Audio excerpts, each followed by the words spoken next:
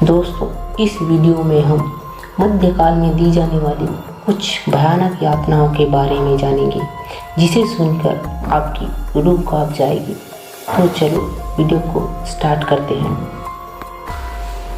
Ripper breast केवल पुरुष ही नहीं, मध्यकाल में महिलाओं को भी ऐसी सजाएं दी जाती थी, जिसे सुनकर आज किसी की भी रूह कांप जाएगी।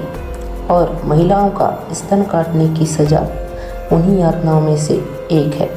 दोस्तों, क्या आप यकीन कर सकते हैं कि कभी मानवता इतनी निर्दयी रह चुकी होगी, जब किसी महिला को सजा देने और उसकी गलतियों का पछतावा कराने के लिए उसके स्तन को ही उसके शरीर से अलग कर दिया जाता था, वो भी एक लोहे की रॉड की मदद से, जिसे पहले घंटों तक आग में जलाकर अंगारा बनाया जाता था और फिर बाद में उसी रॉड से महिला के स्तन को काट लिया जाता था।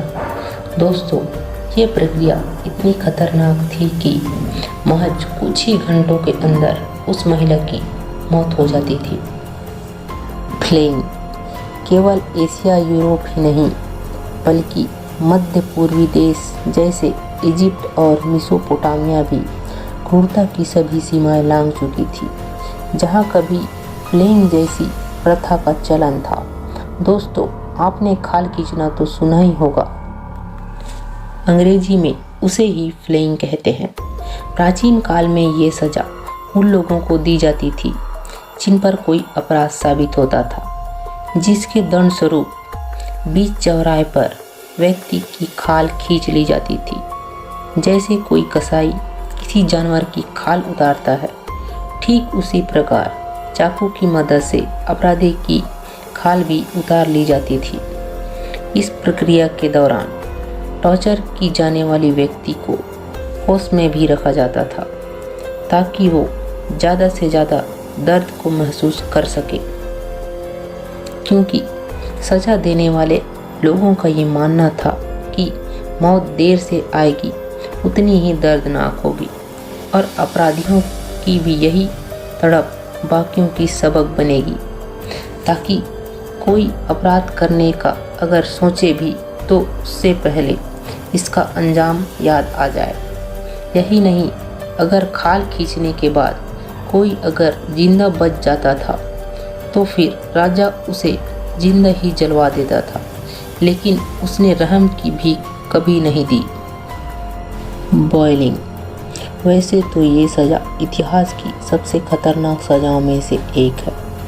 जी हाँ दोस्तों, ईस्ट एशिया और इंग्लैंड में कभी लोगों को खौलते हुए पानी में सिर्फ इसलिए डाल दिया जाता था क्योंकि उससे जाने अनजाने में कोई अपराध हो जाता था।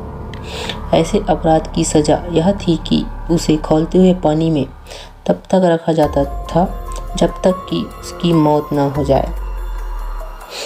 केवल पानी ही नहीं, कई बार तो खौलते हुए तेल और कई बार तो खौलते हुए टार में भी डालकर सज़ा के तौर पर उबाला जाता था। फिर उस उबले हुए शव को मछलियों के हवाले कर दिया जाता था, जिसे मछलियाँ पलक झपकते ही खत्म कर देती थी।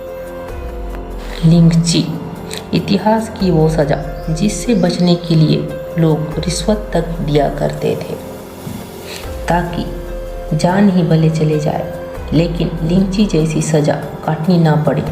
चाइना में दी जाने वाली इस यात्रा को लिंगची कहते हैं, जिसका मतलब होता है स्लो स्लाइस, अर्थात धीरे धीरे काटना।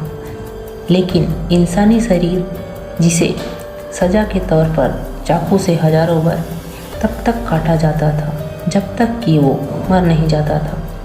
हालांकि वैसे तो इस सज़ा को 2005 में ही बैन कर दिया गया था, लेकिन इसकी शुरुआत कब हुई इसका पुख्ता प्रमाण कहीं नहीं है।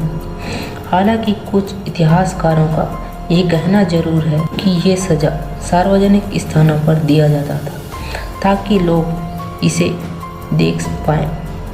इसलिए अपराधी को पहले किसी सार्वजनिक स्थान में ले जाया जाता था, फिर उसे बांध दिया जाता था और उसके बाद चाकू की मदद से अपराधी के शरीर पर धीरे धीरे कट लगाए जाते थे।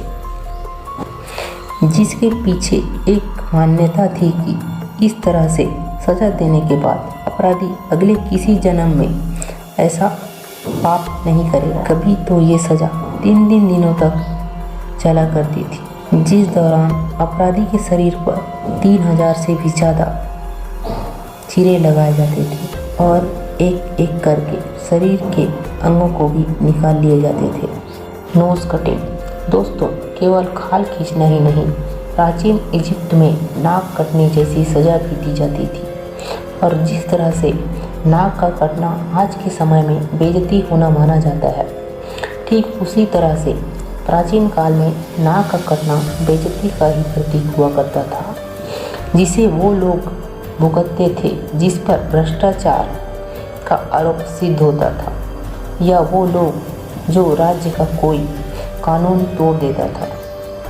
केवल यही नहीं, सचमुच के नाक कटने के बाद ऐसे अपराधियों को जेल भेजा जाता था। इस सज़ा को पाने वाले सबसे ज़्यादा राजा के ही करीबी होते थे, जो अपनी पावर का गलत इस्तेमाल कर भ्रष्टाचार करते थे।